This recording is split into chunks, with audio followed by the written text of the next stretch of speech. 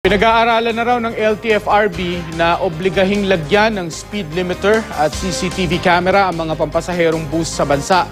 Dumipensa naman ang ahensya sa puna ng ilang mambabatas na may pagkukulang sila at ang LTO sa pagtitiyak na ligtas sa mga pampublikong sasakyan. Makibalita tayo kay Rose Bernales. Isa-isang nilagyan ng speed limiter ang mga bus na ito sa Lawag City, Ilocos Norte. Masusiring ine-inspeksyon ang makina ng mga sasakyan bago pinapayagang bumiyahe. Hakbang daw ito ng kumpanya para maiwasan ang aksidente. Ang hakbang na gaya nito, gusto nang gawing mandatory ni Senador J.V. Ejercito sa lahat ng mga pampublikong bus sa bansa. Bukod sa speed limiter, mainam daw na may CCTV cameras din sa loob ng sasakyan. Talagang kailangan na talagang maging stricto. Mandatory installation of speed limiters for public utility buses. Pinag-aaralan na raw ito ng Land Transportation Franchising and Regulatory Board o LTFRB. Ang usapin tungkol sa ipinatutupad na paghihigpit sa mga pampublikong sasakyan sa bansa, pumutok matapos ang halos magkakasunod na aksidente.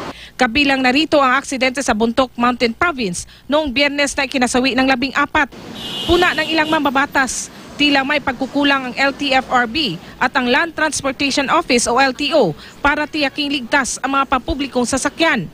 Sa isinagawa ng inspeksyon kahapon sa mga bus ng JV Florida, napag-alamang sira ang mga gamit ng LTO para sa inspeksyon, gaya ng brake tester, wheel alignment at suspension tester.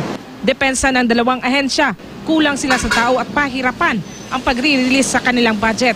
Sa kabila nito, regular pa rin daw ang pag-i-inspeksyon nila sa mga pampasaherong bus at hindi lang sa tuwing may nangyayaring aksidente. Meron kaming 392 as against 400,000 public utility vehicles that we are regulating. Parang ang ratio po natin dito ay isa sa 10,000.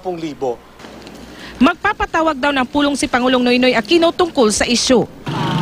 Dahil sa umiiral na isang buwang suspensyon, wala munang bumibiyahing bus ang JV Florida. Kaya ang mga pasahero sa ilang lugar na dating siniserbisyuhan ng kumpanya nahihirapan sa pagsakay.